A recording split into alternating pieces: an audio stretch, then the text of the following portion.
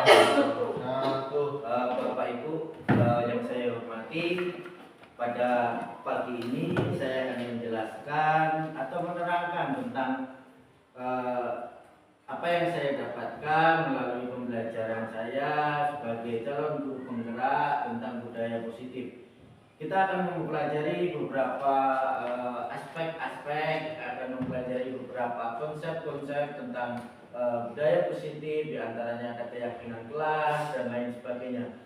Untuk yang pertama, yaitu saya akan memperkenalkan diri. Di sini saya mengambil suatu tema tentang budaya positif di sekolah.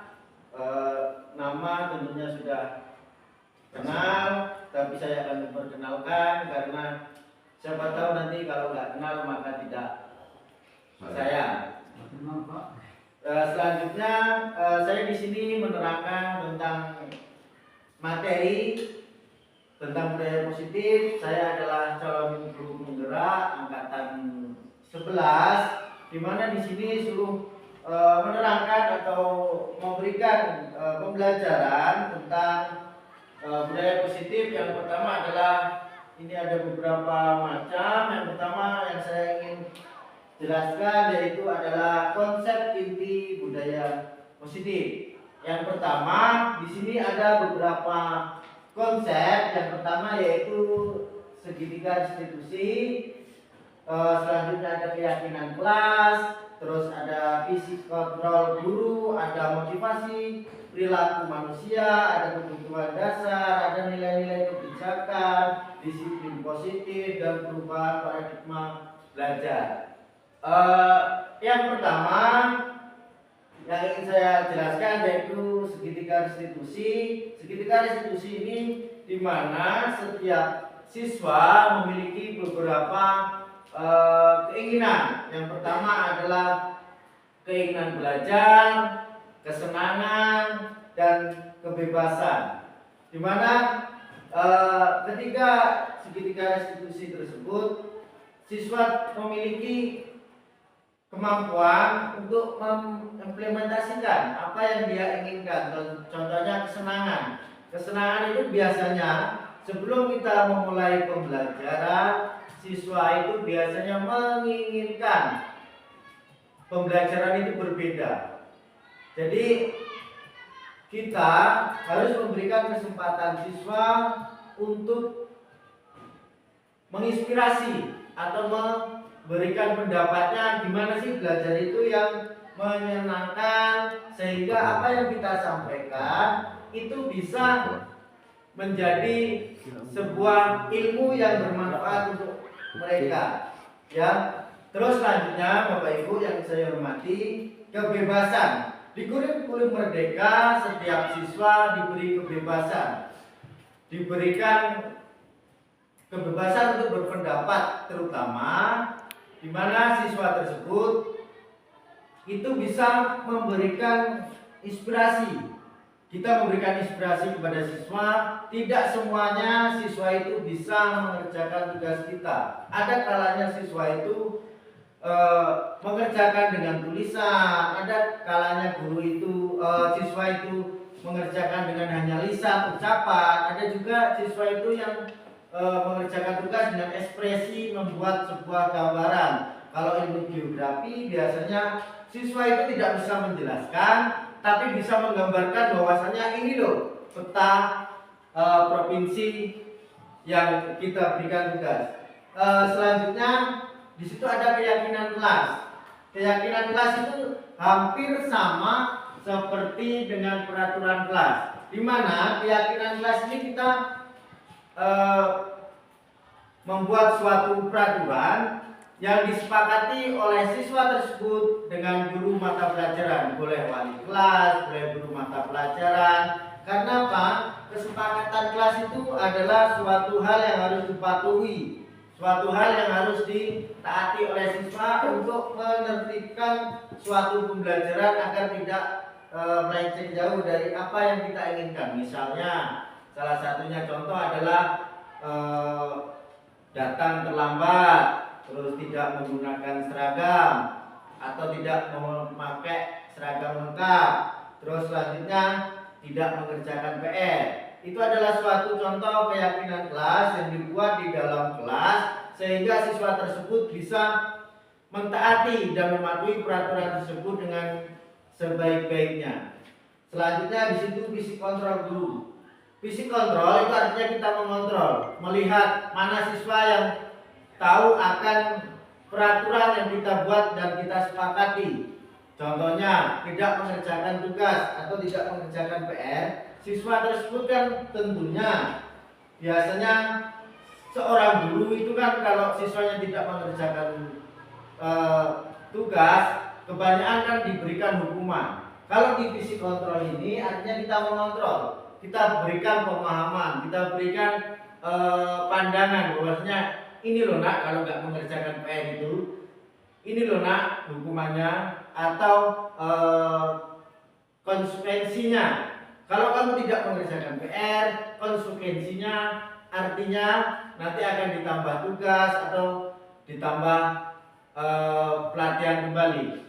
Dalam isi kontrol guru ini kebanyakan dalam ilmu yang saya dapat melalui pembelajaran CKP itu tidak boleh guru menghukum siswa. Artinya kita berikan arahan dulu siswa itu jika melanggar peraturan atau tidak mengerjakan PR. Bisa kita berikan pujian atau bisa berikan kita pendapat agar anak itu bisa melaksanakan tugas tersebut. Selanjutnya di sini ada motivasi perilaku manusia. Motivasi perilaku artinya kita memberikan motivasi kepada siswa tersebut jika ada siswa yang kiranya dalam pembelajarannya itu di kelas sering tidak bersemangat, mengantuk dan lain sebagainya, itu kita berikan motivasi, kita berikan arahan gimana sih anak tersebut bisa bersemangat kembali untuk belajar. Selain itu, motivasi juga diberikan kepada siswa yang kiranya ada masalah yang dia belum bisa menyelesaikan sendiri. Misalnya, kenapa kamu sering daftar terlambat di sekolah? Kita tanya dulu, kita berikan arahan. Gimana sih supaya anak tersebut tidak datang terlambat kembali? Itu salah satu pemaparan saya tentang motivasi perilaku manusia. Terus selanjutnya kebutuhan dasar manusia. Apa sih kebutuhan dasar manusia? Itu ada beberapa macam. Ya Bapak Ibu, kebutuhan dasar manusia adalah inspirasi, kesenangan, dan kebutuhan. Inspirasi artinya dukungan dari Bapak Ibu guru pada saat siswa tersebut ada masalah atau ada hal yang mungkin dia tidak bisa menyelesaikan sendiri. Selanjutnya kesenangan atau suatu hal yang mungkin bisa membuat dia senang, lebih memahami pelajaran. Yang saat itu tidak mengerjakan PR karena membantu orang tuanya di kebun, kita berikan kesenangan, kita berikan motivasi supaya bagaimana sih anak tersebut tetap membantu orang tuanya tapi tidak meninggalkan suatu pekerjaan yang wajib atau suatu hal yang harus dikerjakan untuk memenuhi penilaian dalam pembelajaran. Selanjutnya ada nilai-nilai kebijakan. Bapak Ibu yang saya hormati, nilai-nilai kebijakan itu adalah suatu hal yang perlu diterapkan oleh seorang guru.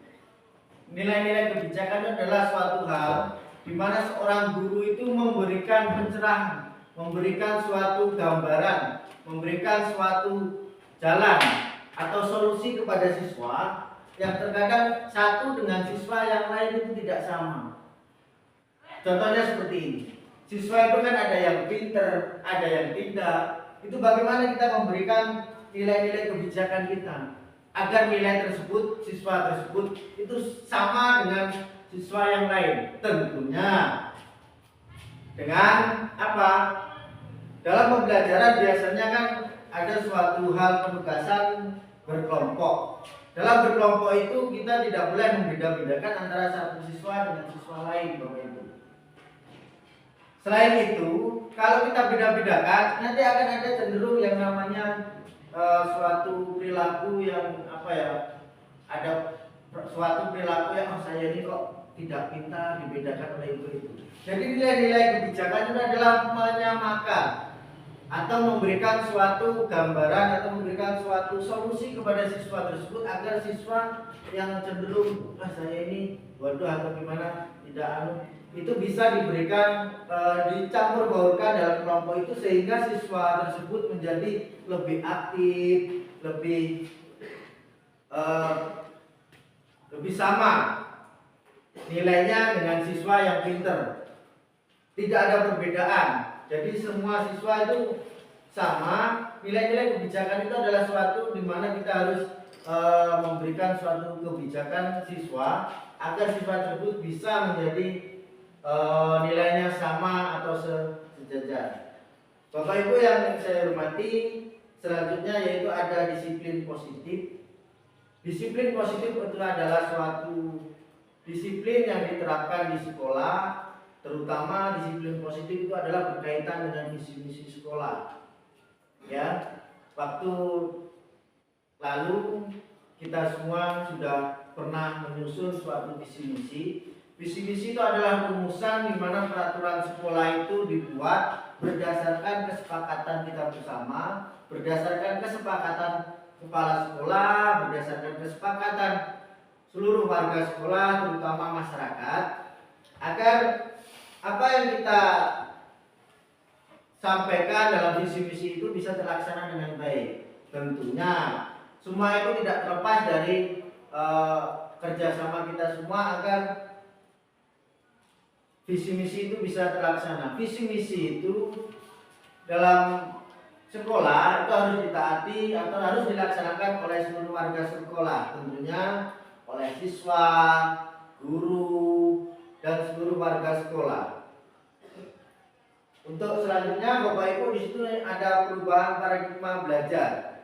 Perubahan paradigma belajar itu dimana kita harus memberikan suatu perubahan kepada siswa untuk memberikan suatu pendapat, suatu hal di mana siswa tersebut bisa memahami apa yang kita sampaikan pada saat pembelajaran. Tentunya hal tersebut tidak terlepas dari yang dinamakan pembelajaran berpihak pada murid. Bapak Ibu, pembelajaran berpihak pada murid itu adalah di mana sebelum kita mulai pembelajaran, kita memberikan suatu pertanyaan kepada siswa agar siswa tersebut memberikan pendapatnya. Bu, seperti ini loh. Kalau bisa belajar kita hari ini agar saya lebih bisa memahami apa itu yang Bapak Ibu sampaikan pada saat pembelajaran. Baiklah Bapak Ibu, itu yang saya bisa paparkan sebelum masuk materi yang selanjutnya tentang budaya positif di sekolah. Kalau ada yang bertanya atau berpendapat, silakan, tidak apa-apa, kita sambil tanya jawab. Silakan Bapak Ibu. Ya. Kalau ini sih sharing saja, juga masuk pertanyaan juga. Di sekolah kita ini di SMA Negeri 2 Nurul Islam, kalau kita lihat ya siswa kita itu sepertinya motivasinya itu agak kurang ya, karena di sana seperti yang sudah Pak Hanafi paparkan tadi, kan konsep inti budaya positif itu kan ada berapa ini, ada 8 ya. Salah satunya motivasi perilaku manusia. Nah kita tahu ya siswa kita itu di sini sebagian besar itu motivasi untuk sekolahnya itu kan nggak tinggi gitu lah. Jadi kurang menurut saya, karena ketika kita berkali-kali ya nasihati, kita kasih pengarahan, kita ngomong empat mata kadang atau lebih seringnya kita nasihati di depan kelas ya. Tapi tetap mereka tuh motivasinya kayak kurang gitu lah. Lain dulu dengan kayak kita sekolahin dulu. Kita sekolah dulu kan motivasinya sekolah ya sekolah gitu. Contoh saja kasusnya kayak kemarin itu kan AMBK, ya mereka mau untuk UTBK hanya gara-gara kepentingan keluarga. Setelah ditelusuri kepentingan keluarganya itu hanya pergi jalan-jalan. Jadi menurut Pak Hanafi atau guru-guru yang lain itu gimana cara memotivasi siswa itu tepat sasaran sehingga mereka tuh pengen sekolah, pengen lebih baik, pengen menuntut ilmu, gitu kira-kira. Ada yang memberikan pendapat Bapak Ibu? Silakan.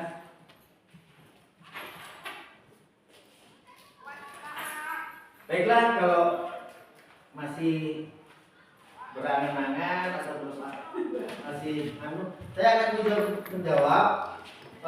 Sebenarnya motivasi itu berada pada kita bersama Bapak Ibu.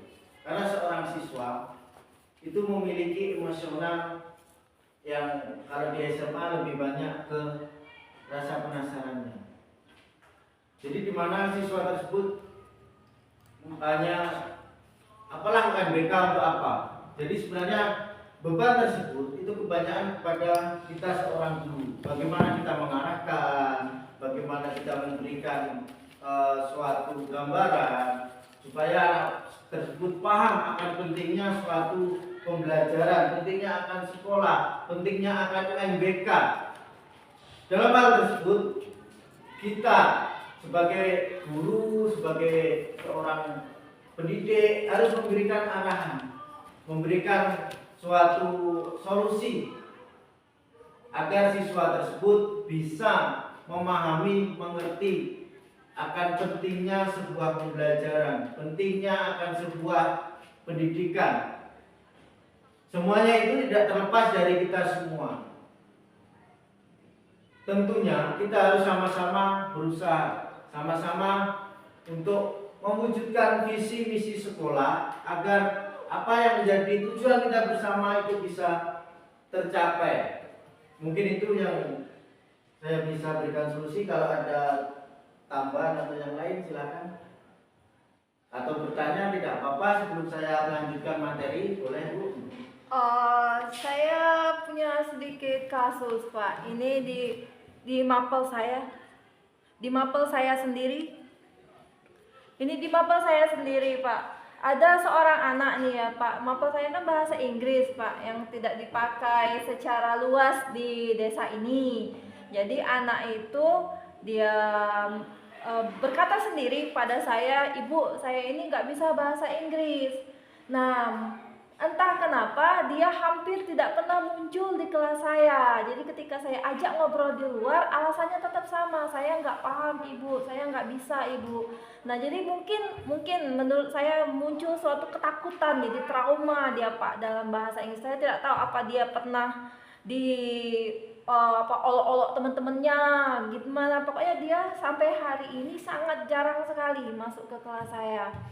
Nah, untuk memberi perlakuan yang kira-kira cocok untuk anak seperti ini bagaimana ya Pak kira-kira?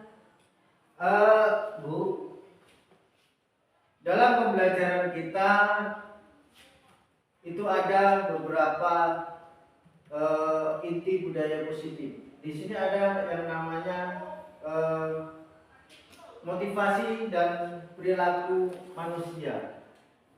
Jadi siswa tersebut kita berikan arahan, kita berikan suatu pandangan bahwasanya pentingnya ini loh pelajaran kita itu. Kalau memang tidak bisa membaca atau menyebutkan kata-kata bahasa Inggris, paling tidak siswa tersebut bisa menuliskan di dalam buku kata-kata bahasa Inggris tersebut. Selain itu, kita juga harus berikan motivasi. Nah, masuklah dalam kelas, nanti Bapak akan berikan suatu tugas yang ringan. Bapak tidak akan menghukum, karena belajar itu butuh proses, belajar itu butuh suatu suatu usaha. Tentunya kita harus mengarahkan siswa tersebut agar masuk dan bisa mengikuti pelajaran kembali. Tentunya dengan arahan, motivasi, dukungan. Karena di pembelajaran kita tidak harus menuntut siswa itu harus bisa seperti itu, tidak. Banyak sekali hal-hal yang harus kita nilai, terutama ada juga siswa itu yang tidak mengerjakan PR. Artinya kita bisa berikan apa arahan supaya siswa tersebut bisa mengerjakan tugas, bisa melaksanakan tugasnya dengan baik, walaupun harus dengan membantu orang tuanya dan lain sebagainya seperti itu. Ada lagi yang bertanya atau memberikan pendapat Bapak Ibu sebelum saya melanjutkan materi? Mungkin tambahan sedikit ya untuk kasusnya guru Dewi tadi gitu. Sedikit tambahan menurut saya memang kadang dalam belajar itu kan ada otomatisnya kadangnya.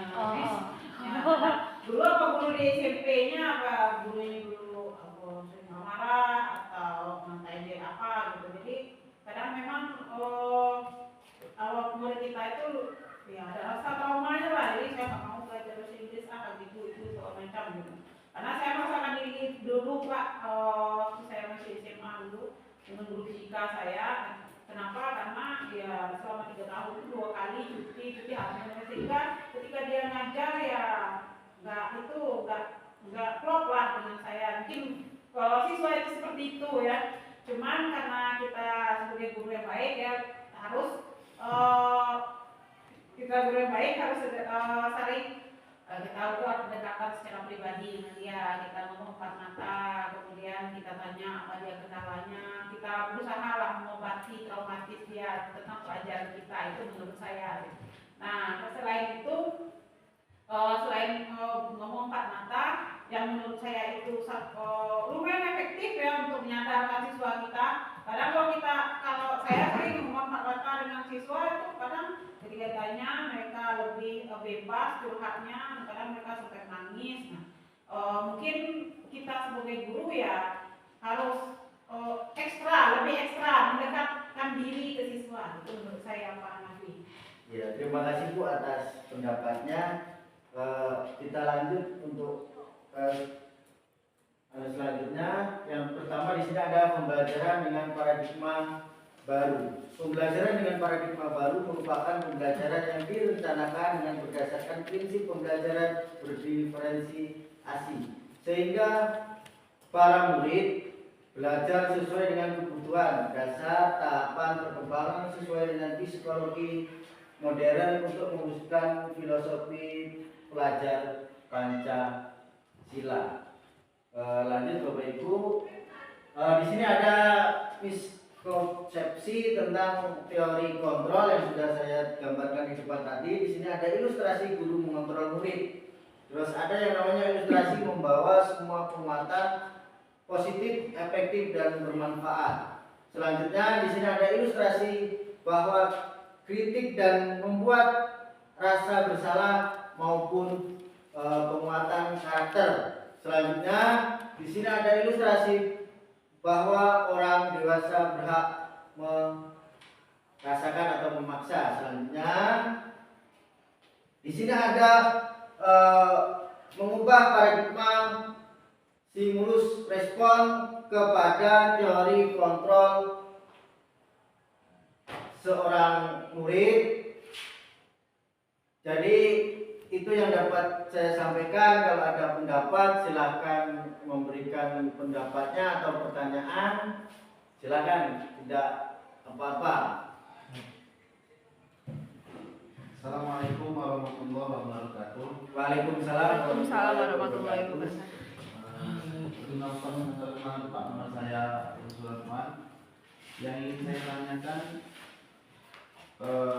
ketika siswa itu ada permasalahan dan telah kita laksanakan segala macam upaya untuk menyadarkannya, dan apakah semisalnya tidak naik kelas, misalnya contoh di tempat kita atau di tempat lain, itu termasuk budaya positif bukan? Sebenarnya jika kita sudah berusaha semaksimal mungkin, tapi siswa tersebut masih tetap seperti itu akan ada suatu keputusan yang kita sepakati bersama. Suatu hal kesepakatan itu adalah suatu keputusan di mana kita harus memiliki rasa suatu empati kepada siswa tersebut. Gimana sih supaya siswa tersebut tidak cenderung kesal dengan kita, marah dengan kita, walaupun keputusan yang kita ambil bersama itu terkadang tidak bisa diterima sepenuhnya dengan siswa tersebut. Contohnya, ada seorang siswa yang tidak mengerjakan PR atau siswa tersebut jarang masuk ke sekolah. Artinya kita berikan dulu arahan, kita berikan dulu suatu umpan balik atau suatu pertanyaan. Kenapa sih kamu tidak bersekolah? Kenapa kamu selalu melanggar peraturan? Kenapa kamu selalu tidak memberikan apa yang Bapak berikan kepada kamu? Jika semuanya sudah kita lakukan, jika semuanya sudah kita laksanakan, artinya keputusan itu berada di Bapak Ibu guru dengan kesepakatan bersama melalui kepala sekolah. Itu Pak. Jika ada yang bertanya silahkan, tidak apa-apa, atau memberikan pendapat. Ya, tidak apa-apa Bapak Ibu, karena kita sama-sama untuk belajar, sama-sama untuk memberikan suatu pendapat agar nanti bisa kita sepakati bersama, bisa kita terapkan di sekolah untuk kemajuan sekolah yang lebih baik lagi. Silakan kalau ada pertanyaan, pendapat atau suatu hal yang mungkin bisa memberikan motivasi atau masukan yang mungkin bermanfaat, silakan, tidak apa-apa. Silakan Bapak Ibu.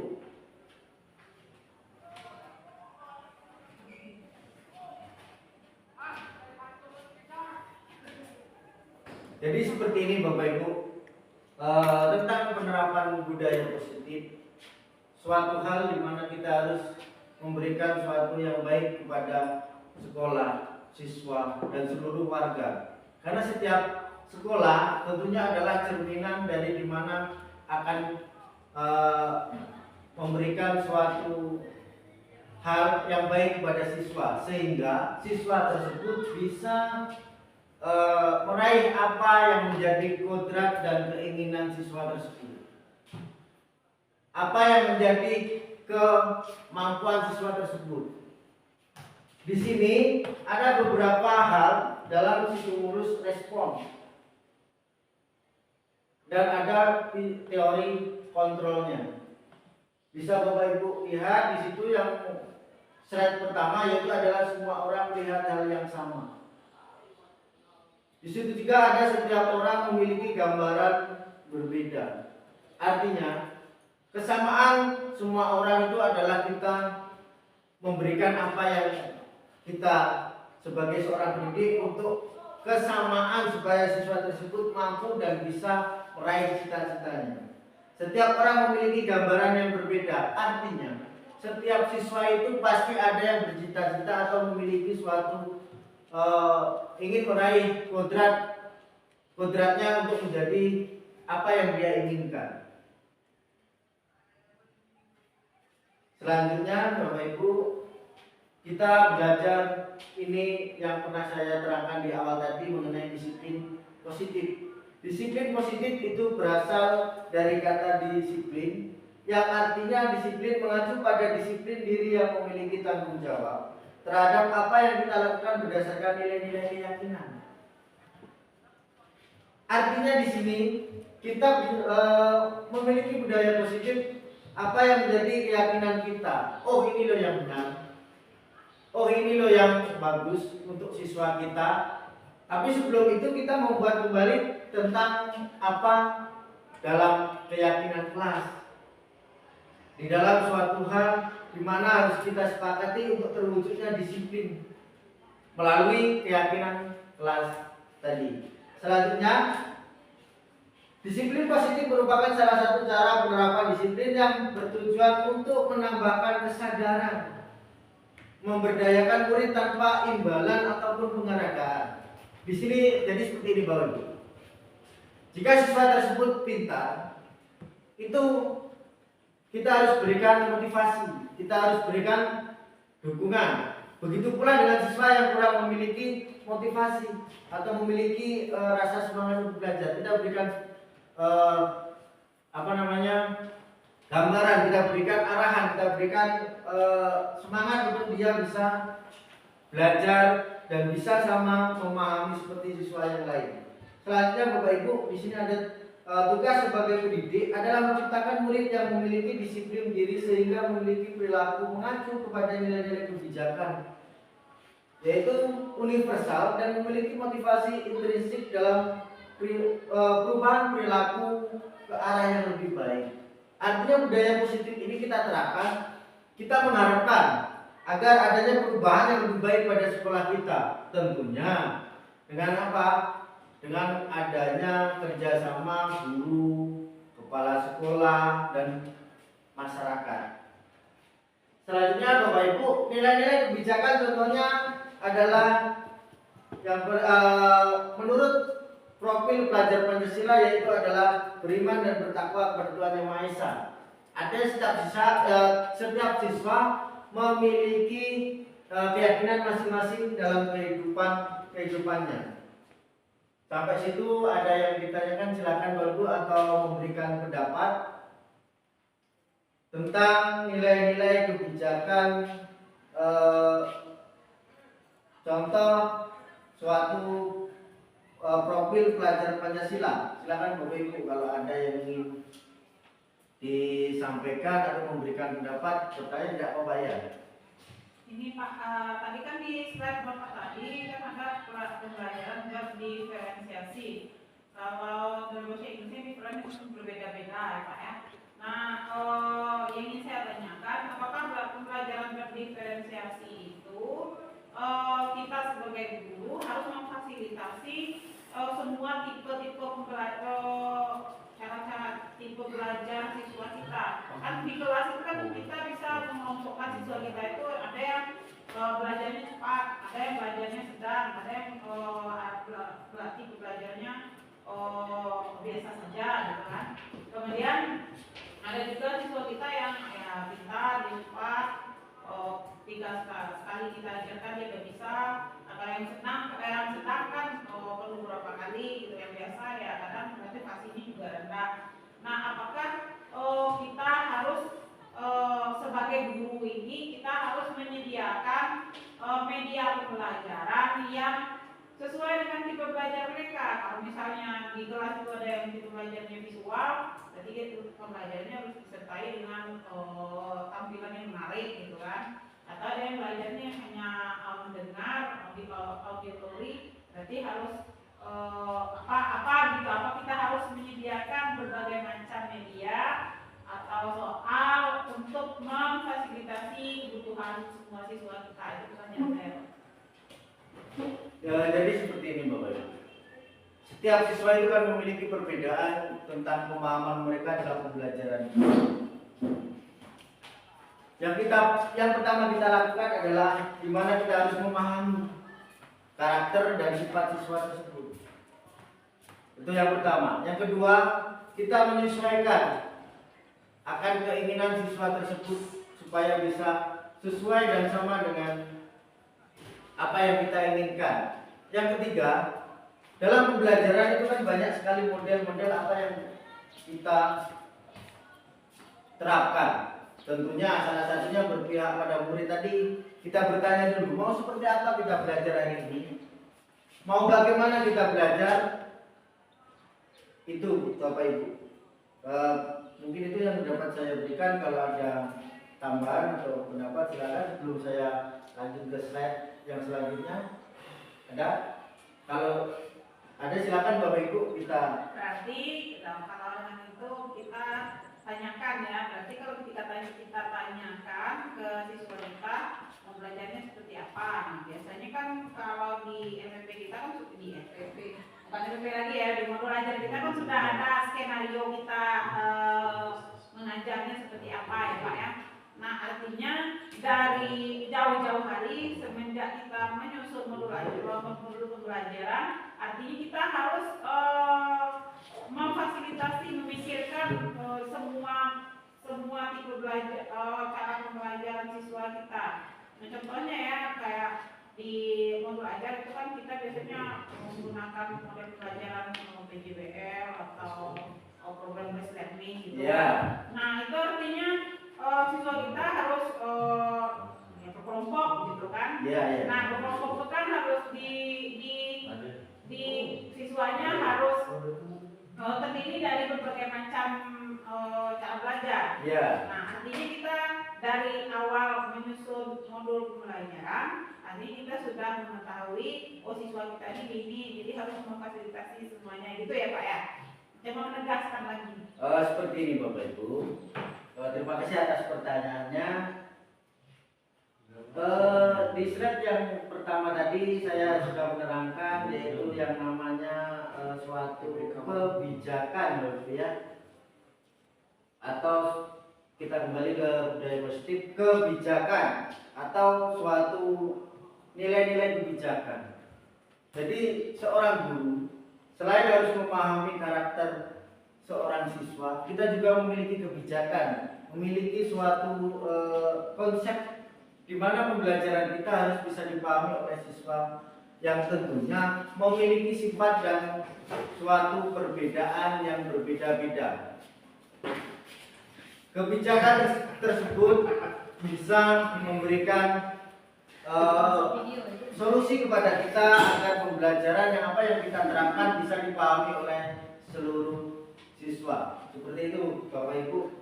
Yang ada lagi pertanyaan? Kalau tidak ada, kita kembali ke slide selanjutnya. Oke, lanjut Pak. Di sini ada yang namanya kebutuhan dasar yang pertama tadi saya jelaskan, kebutuhan dasar manusia. Di situ ada penguasaan, kasih sayang dan rasa terima, kesenangan dan kebebasan. Yang sudah saya tadi jelaskan di atas, yang pertama adalah penguasaan. Artinya penguasaan itu suatu hal yang dipahami oleh siswa yang kita ambil nilainya untuk memenuhi pembelajaran tersebut. Kasih sayang dan rasa terima. Artinya seorang siswa itu memiliki perasaan yang berbeda-beda. Tentunya kita harus memahami bagaimana siswa tersebut agar tidak dibeda-bedakan. Artinya kita menyamakan siswa tersebut dengan rasa kasih sayang itu. Tentunya dengan pendekatan, inquiry dan pendekatan lain-lain sebagainya. Kesenangan itu tadi sudah saya jelaskan mengenai kebebasan siswa memberikan pendapat untuk pembelajaran yang akan kita laksanakan. Seperti itu Bapak Ibu. Selanjutnya di sini ada beberapa macam motivasi perilaku manusia. Yang pertama untuk menghadiri tidak kenyamanan. Ini kita kembali ke slide yang tadi mengenai keyakinan kelas. Ya Bapak Ibu, selanjutnya ada untuk mendapatkan imbalan dan penghargaan dari orang lain, artinya siswa yang memiliki perbedaan kita harus berikan A+ atau suatu hal yang memotivasi para siswa tersebut. Selanjutnya untuk menjadi orang yang mereka inginkan dan menghargai diri sendiri. Artinya di sini siswa itu bisa menghargai dirinya sendiri dan bisa menghargai orang lain. Artinya ada kebersamaan, ada kesesuaian dan dalam pembelajaran di sekolah. Selanjutnya di sini ada hukuman dan konsekuensi. Ya Bapak Ibu, hukuman itu bisa diterapkan, tapi paling tidak hukuman itu adalah suatu hal yang mungkin untuk sekarang ini lebih baik kita alihkan untuk pemberian arahan atau pemberian motivasi kepada mereka agar tidak mengulangi hal-hal apa yang menjadi siswa itu. Fisik kontrol adalah yang sudah saya jelaskan di atas tadi, yaitu adalah kontrol seorang guru. Yang pertama adalah penghukum, pembuat rasa bersalah, dan teman, pemantau, dan manajer. Kalau penghukum kiranya itu sudah tidak lagi kita sebisanya tidak pergunakan. Kalau pembuatan rasa bersalah itu mungkin kita bisa memberikan pertanyaan atau memberikan suatu hal jika siswa tersebut tidak mengerjakan tugas. Teman, artinya guru itu adalah suatu hal yang dinanti-nantikan oleh siswa dalam kelas.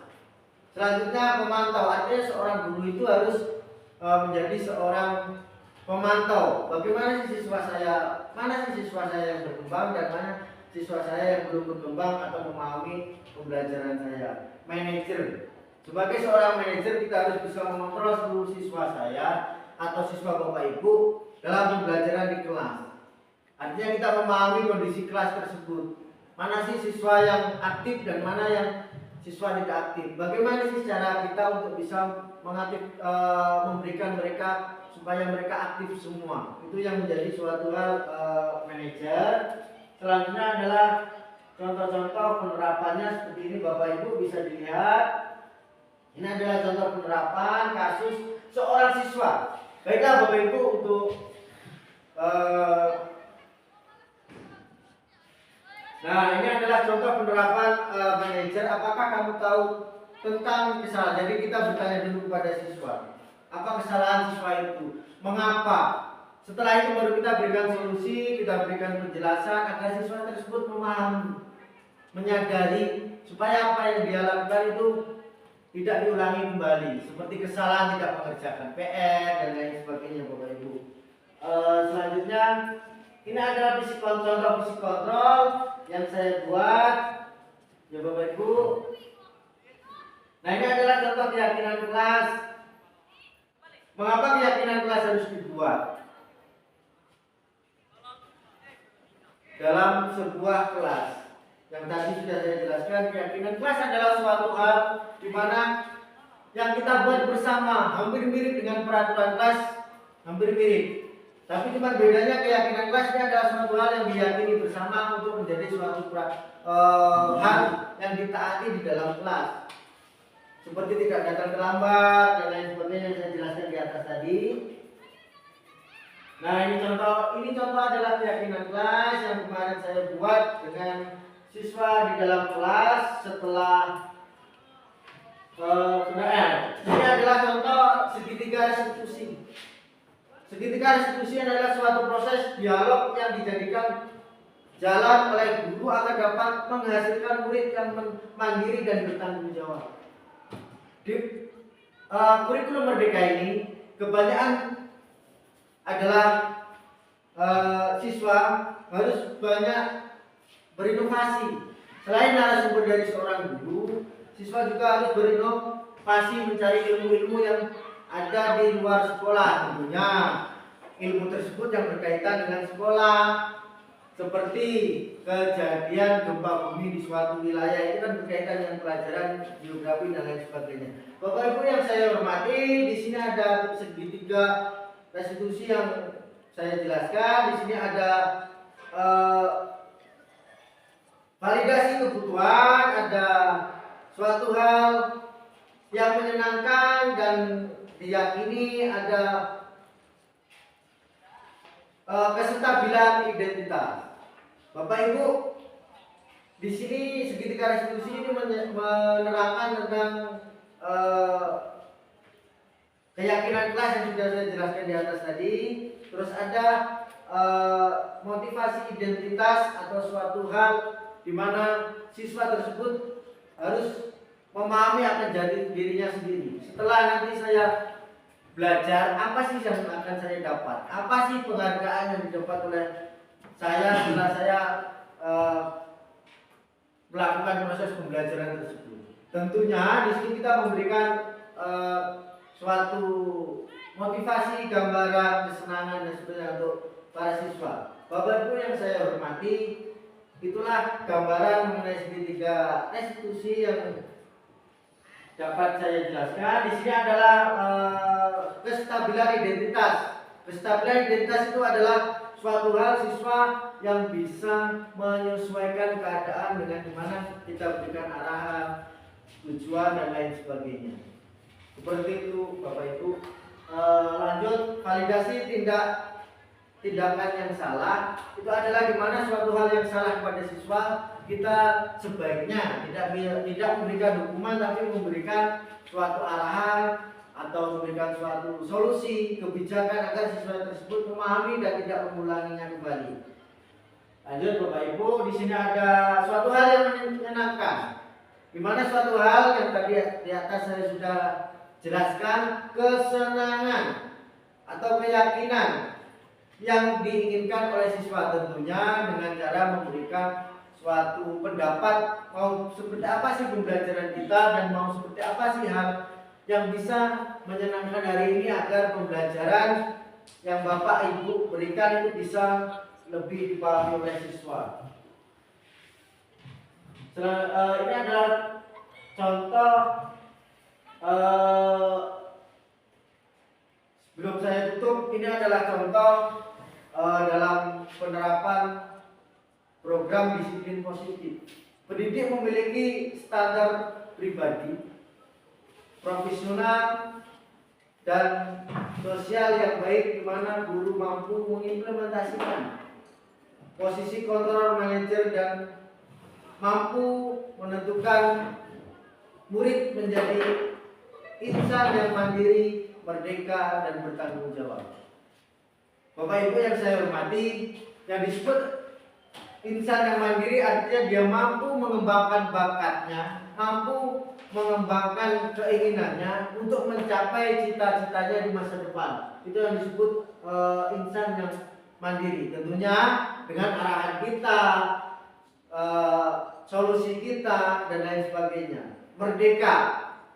Merdeka artinya siswa diberikan kesempatan untuk memberikan pendapatnya, memberikan nilai-nilainya. Ya meskipun dengan tata cara yang berbeda. Tidak semua siswa bisa misalnya tidak bisa menjawab pertanyaan, tapi paling tidak dia bisa menuliskan di dalam buku agar nilainya tercapai, nilainya sesuai apa yang kita inginkan dan bisa memberikan yang terbaik untuk penilaian. Selanjutnya bertanggung jawab, artinya siswa tersebut ada rasa tanggung jawab akan apa yang kita berikan, terutama tugas, PR, dan lain sebagainya. Mungkin itu yang dapat saya sampaikan. Bapak Ibu, kalau ada pendapat atau pertanyaan mengenai PowerPoint atau yang saya jelaskan, silakan bertanya atau berpendapat. Tidak ada, silakan Bapak Ibu. Ada, boleh bertanya dan lain sebagainya, tidak apa-apa. Silakan Bapak Ibu, kalau ada pendapat, pertanyaan, tidak apa-apa, kita sama-sama belajar karena saya juga belajar di sini. Boleh memberikan pendapat sebelum, ya silakan Bu. Dari slide yang terakhir ini Ya. Untuk dalam penerapan disiplin program disiplin positif, hendaknya dididik memiliki standar kepribadian, profesional, dan sosial yang baik. Itu sudah ada ya. Kita jadi guru itu kan memang harus punya tiga itu sama aja. Kemudian 4. Kemudian di mana guru mampu mengimplementasikan posisi kontrol manajer. Nah, jadi kita sebagai manajer, kemudian kita harus mampu juga menuntut murid menjadi insan yang mandiri, merdeka, dan bertanggung jawab. Itu sesuai dengan standar pendidikan nasional. Itu Bapak mungkin sepertinya ya. Ya. Nah, menurut saya cita-citanya sangat mulia ya. Berarti kita sebagai guru, ya memang wajar lah ya kita sebagai guru itu disebut dengan digugu dan ditiru, karena memang ekspektasinya itu lumayan tinggi. Kita harus bisa menuntut murid menjadi insan yang mandiri, mereka harus merdeka dan bertanggung jawab. Dan untuk zaman sekarang ini mendidik mereka itu menurut saya bukan suatu hal yang mudah. Ini harus perlu kerjasama yang terus menunggu sekolah dan orang tua di rumah menurut saya, agar standar pendidikan nasional kita yang mulia ini disusun yang sangat baik bisa tercapai. Jadi itu saya terakhir ini. Ya, ada lagi pendapat Bapak Ibu? Silakan. Karena sebenarnya kita sebagai seorang pendidik itu harus lebih memahami karakter siswa tersebut sebelum kita menilai yang lain. Karena setiap siswa karakternya itu berbeda-beda. Karena setiap siswa memiliki kepribadian yang berbeda-beda. Itulah di dalam di sini insan yang mandiri. Artinya berarti kita harus memberikan kebebasan kepada siswa tersebut agar siswa tersebut mampu memberikan motivasinya, mampu memberikan imanisasinya, atau memberikan suatu hal apa yang kita harapkan bisa menjadi sebuah penilaian yang baik, terutama dalam mengerjakan PR, tugas, latihan dan lain sebagainya. Bapak Ibu yang saya hormati, jika ada yang bertanya atau ingin memberikan pendapat, tidak apa-apa. Silakan Bapak Ibu.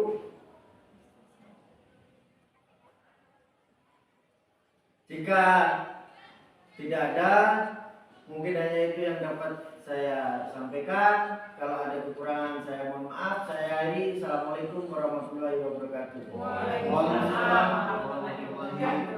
Kami maafkan. Assalamualaikum warahmatullahi wabarakatuh. Perkenalkan, nama saya Melsa Aryani. Saya guru mata pelajaran biologi SMA Negeri 2 Muara 2 Kisam. Saya PNS golongan 3C. Menurut saya, apa yang disampaikan oleh Pak Hanafi sebagai calon guru penggerak tentang budaya positif di sekolah sangat perlu, terutama dalam perubahan paradigma tentang teori kontrol. Sebagai pendidik, kita merasa berkewajiban untuk mengontrol perilaku murid kita, supaya memiliki perilaku sesuai dengan harapan guru. Dengan adanya kontrol dari guru, maka akan terjadi keselarasan yang seimbang, sehingga akan terciptanya budaya positif. Dengan budaya positif akan memunculkan keinginan murid kita, meningkatkan kemampuan yang dimiliki. Mereka akan terpacu untuk lebih bersemangat dalam meningkatkan prestasi, baik secara akademik maupun non-akademik.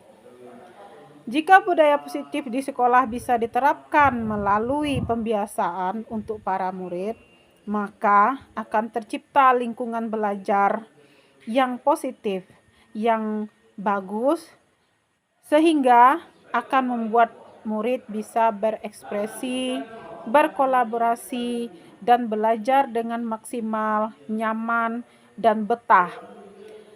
Dengan pembiasaan yang konsisten kepada murid akan membentuk karakter yang positif di dalam diri anak yang perlu dikembangkan secara maksimal juga, sehingga karakter, bakat yang ada di dalam dirinya bisa terasah dan dikembangkan dan berguna untuk kemudian hari.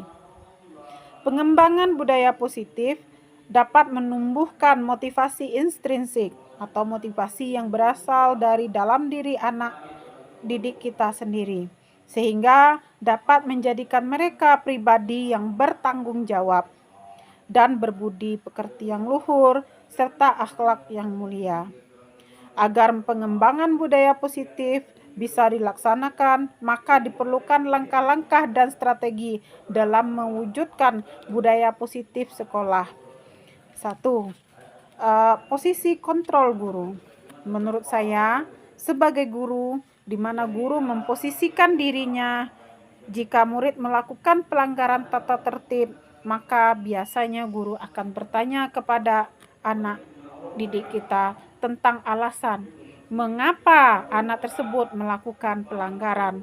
Kita harus mendengar dulu alasan mereka, kenapa bisa melanggar peraturan tersebut.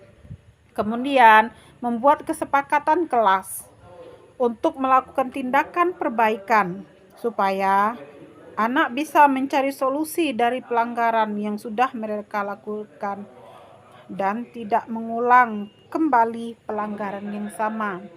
Artinya dengan kontrol guru, kita bisa menekankan kepada siswa kita agar mereka jangan melanggar lagi.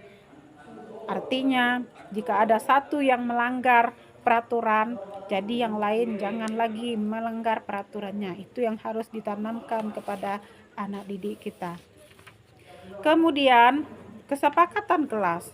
Kesepakatan kelas digunakan untuk membantu guru dan murid dalam bekerja sama, membentuk kegiatan belajar mengajar.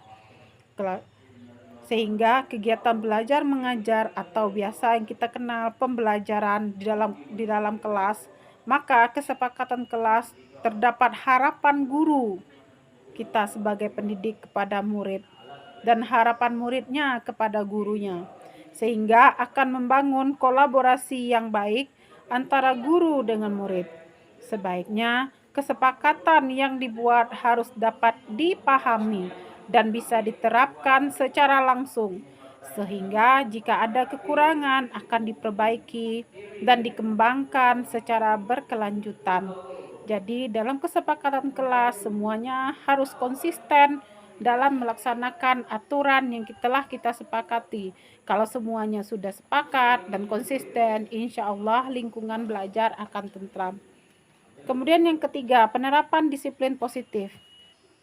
Penerapan disiplin positif bertujuan memberikan pemahaman disiplin kepada anak didik agar mereka mengetahui perilaku yang mereka buat dan bisa mengambil keputusan dengan tepat, bertanggung jawab atas pilihan yang mereka lakukan, serta menghargai diri sendiri dan orang lain. Dalam pelaksanaannya, disiplin positif dapat memberikan pemahaman kepada anak tentang konsekuensi jika mereka melakukan pelanggaran dari peraturan yang sudah disepakati bersama, sehingga membuat mereka belajar melakukan disiplin positif dengan baik. Jika ada melakukan pelanggaran, kemudian mereka tahu itu sudah melanggar kesepakatan kelas, jadi mereka harus sadar diri dan tidak akan mengulanginya lagi. Dengan langkah-langkah tersebut, maka diharapkan penerapan budaya positif dapat menumbuhkan dan mengembangkan sikap gotong royong. Sikap gotong royong yang melakukan satu pekerjaan secara bersama-sama, saling membantu, sehingga membuat siswa kita menjadi ringan tangan.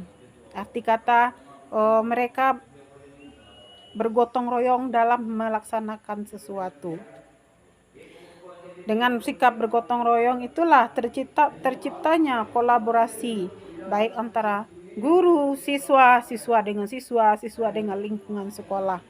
Jadi terciptanya juga kekompakan di sekolah tersebut. Kemudian hal yang tidak kalah pentingnya yaitu memiliki rasa peduli.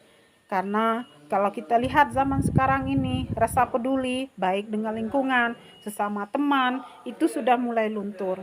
Dengan adanya penerapan disiplin positif, kita berharap agar siswa kita memiliki rasa peduli. Mereka tidak cuek terhadap lingkungan sekitar, tidak cuek terhadap kejadian yang terjadi dengan orang lain, dan bisa memberikan empati yang bagus. Selain itu, siswa juga kita harus didik menjadi manusia yang mandiri. Manusia yang mandiri yaitu manusia yang bisa melakukan pekerjaannya sendiri, bertanggung jawab, melakukan hal-hal yang baik, dan dalam hati nurani mereka tidak ingin untuk melakukan pelanggaran. Jadi dengan adanya kolaborasi, gotong royong, rasa peduli dan mandiri, serta dalam bertanggung jawab atas apa tindakan yang telah mereka lakukan, sehingga siswa kita akan menjadi pribadi yang bagus ke depannya. Sebagai guru, tentunya kita harus mampu mendidik, menuntun agar menjadi anak didik kita menjadi generasi yang membanggakan sekolah, membanggakan keluarga, dan masyarakat. Sehingga dimanapun mereka berada, mereka bisa menerapkan dan memberi teladan karakter yang baik. Artinya, dengan adanya karakter yang baik, mereka bisa diterima dimanapun mereka berada. Mereka bisa menjadi pribadi yang tauladan dan disegani oleh masyarakat sekitar. Itulah gunanya kita perlu memberikan budaya positif di sekolah kita. Kemudian dengan 3 langkah-langkah strategi tadi, yang pertama yaitu posisi kontrol guru, yang kedua kesepakatan kelas, kemudian yang ketiga penerapan disiplin positif, sehingga langkah-langkah tersebut akan memandu kita sebagai guru dalam membimbing dan menuntun siswa kita agar menjadi pribadi yang lebih baik, pribadi yang bisa diterima di semua bidang dan akan berpengaruh untuk hidup mereka ke depan. Mereka menjadi manusia yang berkarakter, berbudi luhur, berakhlak baik. Itulah harapan kita semua. Kemudian demikianlah yang dapat saya sampaikan. Semoga apa yang disampaikan Pak Hanafi tadi sebagai calon guru penggerak dapat kita terapkan bersama untuk kemajuan sekolah di masa yang akan datang. Saya akhiri dengan mengucapkan Assalamualaikum warahmatullahi wabarakatuh.